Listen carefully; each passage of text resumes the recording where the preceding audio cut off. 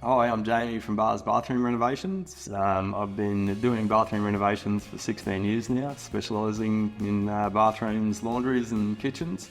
We've been using HydroSeal shower systems for 5 years now, and before that we were using semi-frameless shower screens, made to measure frameless ones, having a lot of dramas.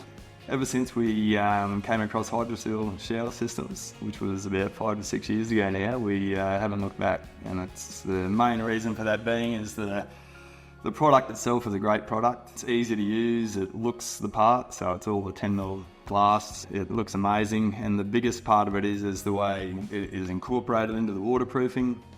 For a builder like myself, the waterproofing is the heart and soul of the bathroom, and that's why we're usually there pulling bathrooms out, because it has failed. So using this system with HydroSeal, it's a no-brainer. One of the biggest advantages that we found once we started using the HydroSeal was previously, once the tiling was complete, we'd have to get the shower screen guys in to do a measure. They'd come in, measure it. Usually between 8 to 10 working days is when we would get the screen back and installed, which means that job is now dragged on for a further 2 weeks after we were actually finished it.